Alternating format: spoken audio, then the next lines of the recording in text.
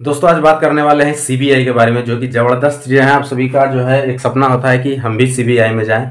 तो सीबीआई आप सभी को पता है कि सेंट्रल ब्यूरो ऑफ इन्वेस्टिगेशन, जिसका कि फुल फॉर्म है और आप सभी जानते होंगे, जो कि इंडिया का एक मतलब इन्वेस्टिगेशन का बहुत ही ज़बरदस्त ये ऑर्गेनाइजेशन है। और इसमें जाने का बहुत युवाओं का सपना होता है।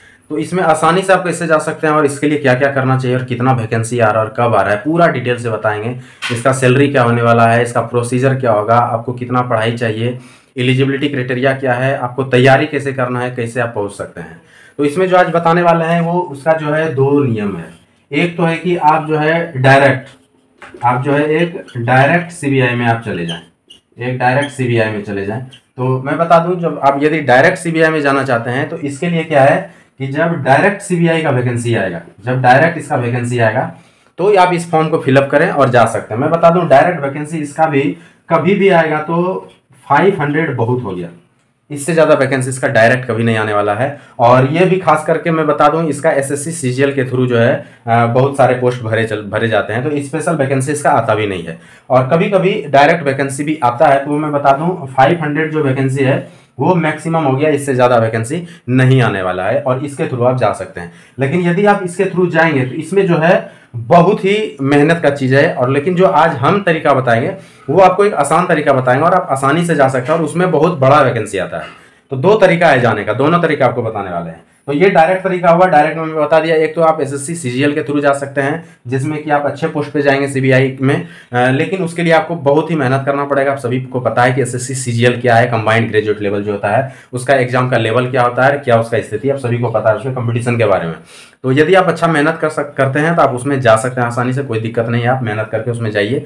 लेकिन यदि आप चाहते हैं कि नहीं हम एसएससी सीजीएल का मतलब है कि आपको थोड़ा लॉन्ग टाइम के लिए तैयारी करना पड़ेगा और आपको ग्रेजुएट होना पड़ेगा। लेकिन जो हमने बात किया है वो सिर्फ 10वीं पास पे किया है, और इसके लिए जो है उतनी तैयारी की जरूरत नहीं है। जबकि आप सीजीएल के थ्रू जब जाएंगे तो फर्स्ट तो आपको ग्रेजुएशन होना चाहिए, यानी कि आप जो है बैचलर डिग्री आपके पास होना चाहिए कोई भी सब्जेक्ट में। उसके बाद आप एसएससी सीजीएल के थ्रू प्री देंगे, फिर मेंस निकालेंगे, फिर इंटरव्यू होगा और उसके बाद आपका सिलेक्शन होगा। और बहुत ही टफ चीज़ें हैं, उसको मिनी आईएएस भी बोला जाता है, सभी को सुनने में आता होगा बहुत जगह।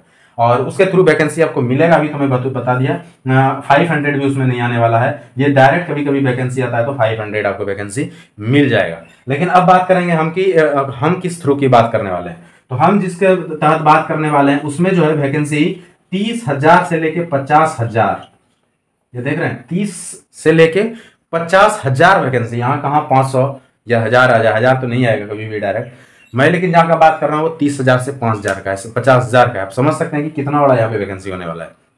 बहुत को इसे समझ में आ गया होगा मैं किस बारे में बात करने वाला हूँ। मैं जिसके बारे में बात कर रहा हूँ वो बात है आपका एसएससी जीडी का बात कर रहा हूं मैं। और एसएससी जीडी के थ्रू सीबीआई में जाना आसान है, क्योंकि जब आप एसएससी जीडी में आते हैं तो इसके लिए सिर्फ आपको जो है 10th पास करके आना पड़ता है, सिर्फ 10वीं पास करके आइएगा। उसके बाद आपको एसएससी जीडी का एग्जाम निकालना पड़ेगा, यानी कि आप एसएससी जीडी में जो है जो इसका एलिजिबिलिटी होता है आप सभी को पता है 170 हाइट चाहिए, 10वीं पास चाहिए।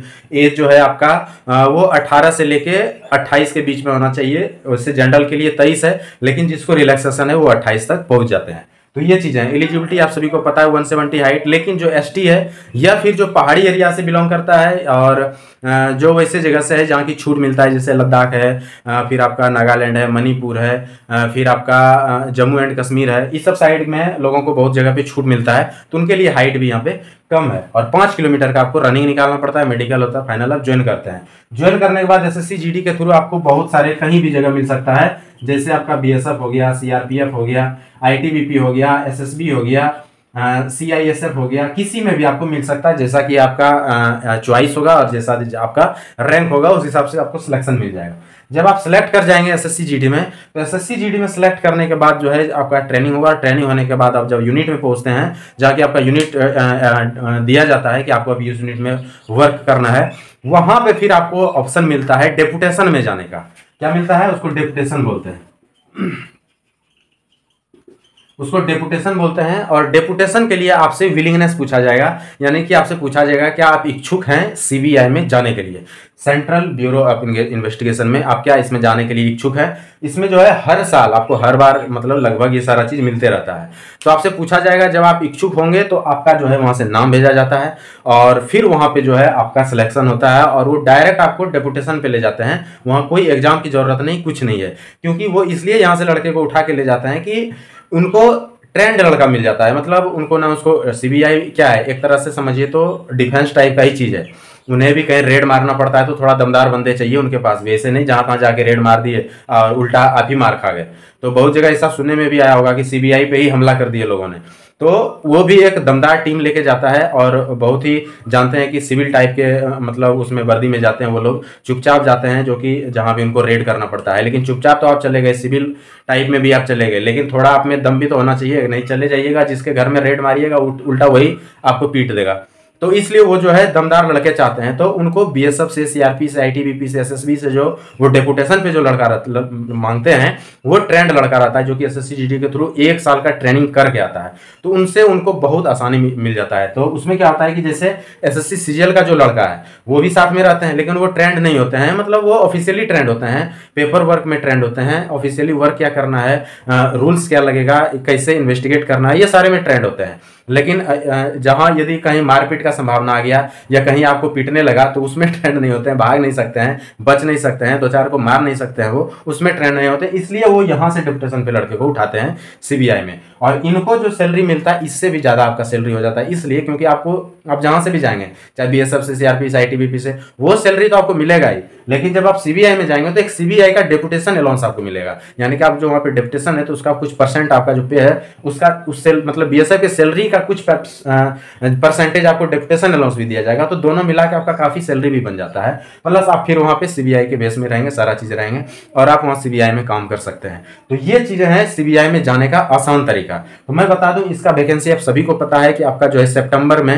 आपका वैकेंसी आ रहा है और बहुत ही जबरदस्त वैकेंसी आएगा। 30 से 50,000 के बीच में वैकेंसी रहने वाला है, इससे कम एसएससी-जीडी का वैकेंसी नहीं आएगा। एलिजिबिलिटी आप सभी को पता है, 170 हाइट चाहिए, रनिंग 5 किलोमीटर का चाहिए। लेकिन आजकल जो है एग्जामिनेशन थोड़ा दमदार हो गया है, तो आप जो है थोड़ा फोकस एग्जाम पे कीजिए, ना कि सीधा रनिंग पे। आप पहले एग्जामिनेशन वगैरह का तैयारी कीजिए। आप सभी को पता है 4 सब्जेक्ट का वहाँ पे एग्जाम होने वाला है, मैथ्स है, रीजनिंग है, जीके है, हिंदी या इंग्लिश है।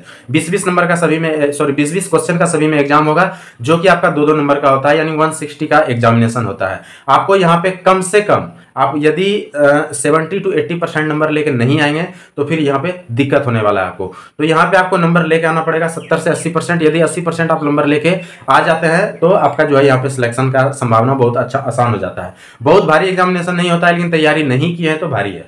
रही बात 5 किलोमीटर का रनिंग, तो मैं बता दूं आपके आर्मी का जो 1600 मीटर है उससे बहुत ही ईजी होता है। यानी कि 5 किलोमीटर का रनिंग है कि आप 5 किलोमीटर बस रनिंग करने का दम रखिए, आपका टाइमिंग आ जाएगा, कोई बड़ी बात नहीं। 5 किलोमीटर लोग दौड़ ही नहीं पाते हैं, तो ये कोई दिक्कत नहीं है। आपको सबसे फर्स्ट जो है एग्जामिनेशन का तैयारी करना है। एग्जाम यदि आप निकाल लिए तो समझ जाइए कि आपका रनिंग भी निकल जाएगा। रनिंग बहुत बड़ी चीज है यहाँ पे नहीं है। जब एग्जाम आप देके आते हैं, आपका एग्जाम अच्छा जाता है, आपको लगता है हमारा रिजल्ट 100% हो रहा है और सही रिजल्ट होगा, अच्छा रिजल्ट होगा, हमारा मेरिट बन जाएगा, तो उस हिसाब से आप जो है अपना रनिंग का तैयारी कर सकते हैं। और आपको रनिंग के लिए 2-3 महीने का टाइम मिल जाता है। जैसे अभी देखिए कब का मतलब एग्जाम हो चुका है, अभी तक फिजिकल का डेट वैसा कुछ आया नहीं है, तो काफी लड़के को रनिंग का टाइम मिल चुका है, तो वो लोग रनिंग कर रहे हैं, आराम से रनिंग निकालेंगे जो मेहनत कर रहे हैं।